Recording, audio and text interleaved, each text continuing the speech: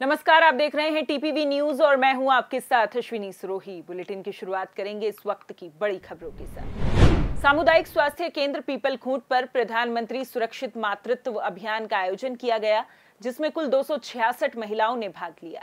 इस दौरान महिलाओं के खून व पेशाब संबंधित जांच करवाई गई। जांच के बाद खून की कमी वाली महिलाओं को आयरन सुक्रोज की ड्रिप लगाई गई। सामुदायिक स्वास्थ्य केंद्र प्रभारी डॉक्टर विष्णु जाखड़ ने बताया कि प्रधानमंत्री सुरक्षित मातृत्व अभियान का उद्देश्य गर्भवती महिलाओं के लिए अच्छे स्वास्थ्य और स्वतंत्र जांच प्रदान करने के साथ साथ स्वस्थ बच्चे को जन्म देने का प्रयास है। बांसवाड़ा जिला जेल कारागृह से 3 बंदी रात को प्लानिंग के साथ जेल की सेल की दीवार में छेद कर ओढ़ने वाली कंबल की रस्सी बनाकर दीवार फांद कर भाग निकले। सुबह जब जेल के अंदर के बैरक खोलकर कैदियों की गिनती की गई तो 3 बंदी कम पाए गए। डिप्टी जेलर को पास में बंधी हुई कंबल दिखाई दी, जिसकी जानकारी कंट्रोल रूम को दी गई तो मौके पर एसपी डीवाईएसपी पहुंचे। टीम गठित कर जिले भर में नाकाबंदी कर दी गई है। खास बात यह है कि जेल की ऊपरी दीवार पर लगे हुए तारों में करंट होना भी बताया गया है, लेकिन बावजूद इसके आरोपी जेल से भाग निकले। हाँ, जो जेल की तरफ से रिपोर्ट मिली है उसमें 3 कैदी थे जो कि अभी रिसेंटली आए थे। वो 3 रात में फरार हुए हैं यहाँ से, तो उसमें रिपोर्ट लेकर मुकदमा दर्ज कर रहे हैं और उनको पकड़ने के लिए टीम लगा रही है। एक बैरिक की दीवार तोड़ के 3 मुलजिम एस्केप हुए हैं, जिन्होंने मेन वाल से कंबल की रस्सी बनाई है और फरार हो गए हैं। सर, किस तरह से प्रथम दृष्टया लग रहा मामला, कैसे आरोपी थे, क्या था? पे तो 376 था, एक के ऊपर जेजे एक्ट में अपहरण है और एक जो मुलजिम है वो चोरी का है। और मामला ये है सर, इनके 365 दिन हमारे अच्छे होने चाहिए तब ये जेल में रहे, और हमारा 2 मिनट खराब होना इनका बाहर निकल जाना हो जाता है। तो लापरवाही तो क्या कहें, अब कुल मिला के जाँच का विषय, जाँच चल रही है। एसपी साहब अभी आए हुए हैं, वो जाँच कर रहे हैं, तब तय हो पाएगी लापरवाही किसकी। लोकसभा अध्यक्ष ओम बिरला ने कोटा दौरे के दूसरे दिन अपने कैंप कार्यालय पर जनता दरबार लगाकर संसदीय क्षेत्र से आए लोगों की समस्याओं को सुना। साथ ही अधिकारियों को मौके पर उनका समाधान निकालने के निर्देश भी दिए। इस दौरान किसानों ने भारतमाला प्रोजेक्ट के तहत चल रहे सड़क निर्माण से हो रही परेशानी और लहसुन की फसल का भाव बढ़ाने की मांग को लेकर भी लोकसभा अध्यक्ष से गुहार लगाई। कई कॉलोनियों में हो रही पेयजल किल्लत को लेकर भी लोग लोकसभा अध्यक्ष से मिले। पत्रकारों से बातचीत में लोकसभा अध्यक्ष ने कहा कि कोटा बूंदी लोकसभा क्षेत्र उनका परिवार है और अपने परिवार से मिलकर उनकी समस्याएं सुनना उनकी जिम्मेदारी है। आए हैं यहाँ पे किस तरीके की समस्या लेके आए? कोटा बूंदी मेरा संसदीय क्षेत्र है, यहाँ का जनप्रतिनिधि हूँ। मेरी दायित्व बनता है, जिम्मेदारी बनती है कि जब भी आए लोगों से मिलूं, उनकी बातों को सुनूं, समझूं और कैसे उनकी समस्या का समाधान हो सकता है उसका रास्ता निकालूं। क्योंकि जनप्रतिनिधि को हमेशा जनता से संवाद करते रहना। जनता के संवाद से नई बातें ध्यान में आती है, नई विकास की संभावनाएं ध्यान में आती है और काफ़ी जानकारी मिलती है, जिसके आधार पर आप विकास की योजनाएं बना सकते हो, उनके अभाव, उनकी समस्या, उनकी कठिनाइयों को दूर कर सकते हो। इसलिए एक जनप्रतिनिधि का दायित्व निभाता हूँ। टोंक जिले में लगातार भ्रष्टाचार बढ़ता जा रहा है, जिससे आम जनता को परेशानी का सामना करना पड़ रहा है।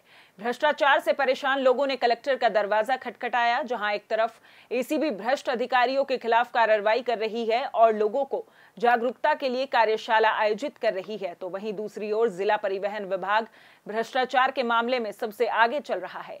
पिछले सप्ताह लोगों ने परिवहन कार्यालय के बाहर जमकर धरना प्रदर्शन किया और परिवहन अधिकारी अवधेश चौधरी पर निजी व्यक्तियों द्वारा भ्रष्टाचार के गंभीर आरोप लगाए। यातायात जागरूकता समिति के सदस्यों ने सप्ताह भर पहले पूर्व उप मुख्यमंत्री सचिन पायलट का दरवाजा खटखटाया और भ्रष्टाचार में लिप्त आरोपियों के खिलाफ सख्त कार्रवाई की मांग की, लेकिन सप्ताह से भी अधिक गुजर जाने के बाद भी कोई कार्रवाई नहीं हुई है, जिससे आम जनता में आक्रोश व्याप्त है। हमारा एक यहाँ पे यातायात जागरूकता समिति संगठन है और हमारा संगठन समय समय पे जनता को जगाने का, जनता को विश्वास दिलाने का और यातायात नियमों की जानकारी देने का बार हम सब सहयोग से काम करते रहते हैं। और यहाँ पे जो भी लोग आते हैं उनका हम सहयोग से काम कराते हैं। लेकिन अभी जो आज की जो मजबूरी है कि हमारे जो ऑफिस के अंदर आप सामने देख रहे हो ताला लगा हुआ है, कोई भी अंदर जाएगा तो 5 बजे ताला नहीं खोलेंगे और ताला खोलने के अलावा कोई भी अधिकारी के पास जाएंगे तो उसका RLW बढ़ाया जाएगा और अंदर जो बैठे हुए हैं वो हमसे मतलब बात करने के लिए तैयार नहीं है। कभी आपकी जनता को यहाँ से जाओ, वहाँ से जाओ, खिड़की की तरफ बेचते रहते हैं और दिन भर यही काम रहता है और शाम को ताला खोलते हैं। सामने ट्रैक्टर ले सीमेंट लेके घर के लिए सीमेंट लेके जा रहा था तो मान वहाँ से पकड़ के लिया ऑफिस में लिया अंडर वहाँ काल से काम नहीं रहे 4 दिन के मन में पैसा मांग रहे 50,000 50,000 कहाँ से लाएंगे? गरीब आदमी में तो बच्चे हैं ले वो कमरा उमरा बना ले जा रहा था फत ले रहा IT साहब लिए अब 5 दिन से खड़ा है। भारतीय जनता पार्टी के 8 वर्ष सेवा सुशासन और गरीब कल्याण को समर्पित कार्यक्रम के तहत भाजपा इटावा शहर मंडल जिला कोटा देहात में आज नगर पालिका अध्यक्ष रजनी सोनी की अध्यक्षता में केंद्र सरकार की योजना के लाभार्थियों का माला पहनाकर व मुंह मीठा करवाकर सम्मान किया गया, जिसमें शौचालय योजना, प्रधानमंत्री आवास योजना, उज्ज्वला योजना के लाभार्थी शामिल हुए। इस अवसर पर नगर पालिका अध्यक्ष रजनी सोनी, पार्षदगण व भाजपा कार्यकर्ताओं ने घर घर जाकर केंद्र सरकार की योजनाओं की जानकारी दी। आमजन की समस्याओं के समाधान को लेकर ब्लॉक स्तरीय जनसुनवाई का आयोजन किया गया, जिसमें हनुमानगढ़ जिला कलेक्टर नथमल डिडेल द्वारा जनसुनवाई की गई। पंचायत समिति वीडियो कॉन्फ्रेंस IT रूम में आयोजित जनसुनवाई में सभी विभागों के आला अधिकारी मौजूद रहे। जिला कलेक्टर ने अधिकारियों को आमजन की विभिन्न समस्याओं को लेकर फीडबैक लिया और आवश्यक दिशा निर्देश दिए। जनसुनवाई में नगरपालिका सहित ग्रामीणों ने भाग लिया। इस दौरान 50 के लगभग आवेदन आए, जिनमें से 10 से 20 प्रकरणों का मौके पर ही निस्तारण कर दिया गया।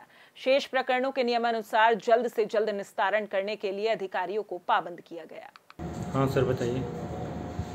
राजस्थान में आमजन की समस्याओं को लेकर के माननीय मुख्यमंत्री जी के जो लेटेस्ट दिशा निर्देश मिले हैं, उनके अनुसार प्रथम गुरुवार को ग्राम पंचायत स्तर पर, दूसरे गुरुवार को पंचायत समिति मुख्यालय पे और तीसरे गुरुवार को जिला स्तर पर जन सुनवाई का एक नया पैटर्न जारी किया गया है। इसकी मुख्य विशेषता ये है कि जन सुनवाई से पहले प्रेस नोट और अन्य माध्यमों से हम लोग प्रयास कर रहे हैं कि अधिकतम लोगों तक, जनप्रतिनिधियों तक ये सूचना पहुँचे कि इस दिन ये जन सुनवाई अमुक स्थान पर इन अधिकारियों के द्वारा की जाएगी। आना सागर झील में शव तैरता दिखने से सनसनी फैल गई। सूचना पर पहुंची उत्तर पुलिस उप अधीक्षक छवि शर्मा की मौजूदगी में स्थानीय गोताखोरों ने शव को बाहर निकाला और जांच के लिए जवाहरलाल नेहरू चिकित्सालय की मोर्चरी में भिजवाया गया है। उत्तर पुलिस उप अधीक्षक छवि शर्मा ने बताया कि आना सागर झील में शव के तैरने की सूचना मिली। गोताखोरों की मदद से शव को बाहर निकाला गया। पुलिस मामले की जांच कर रही है। ऐसे सूचना मिली थी कि पानी में कोई तैरता हुआ पैर मिल रहा है जो ह्यूमन बीइंग का लग रहा है, तो हम मौके पे पहुंचे और इस पैर को निकाला। तो ये कोई अभी तक जो प्रथम दृष्टया लग रहा है कोई व्यक्ति का राइट लेग है जो कि कटा हुआ लग रहा है। जी। कोटड़ी सामुदायिक स्वास्थ्य केंद्र की व्यवस्थाएं फेल हो गई हैं। यहां एक भी डॉक्टर नहीं है और सिर्फ जुगाड़ से काम चलाया जाता है, जिससे मरीजों का इलाज तो समय पर होता ही नहीं है, पोस्टमार्टम के लिए भी घंटों इंतजार करना पड़ता है। बडलियास इलाके के गेता पारोली गांव में एक व्यक्ति की संदिग्ध मौत हो गई, जिसका 3 घंटे के इंतजार के बाद उच्च अधिकारियों के हस्तक्षेप से दूसरे सेंटरों से डॉक्टरों को भेजने के बाद पोस्टमार्टम हुआ। सवाईपुर चौकी प्रभारी रोहिताश जाट के मुताबिक गेता पारोली गांव निवासी मिट्ठूलाल तेली की मौत हो गई थी। परिजन शव को कोटड़ी अस्पताल लेकर आए, जहां पर कोई डॉक्टर नहीं होने के कारण 3 घंटे तक इंतजार करना पड़ा। उधर समय पर पोस्टमार्टम नहीं होने से परिजनों व ग्रामीणों में रोष व्याप्त है। इस बुलेटिन में फिलहाल इतना ही। देश प्रदेश की तमाम बड़ी खबरों के लिए देखते रहिए TPV न्यूज। नमस्कार।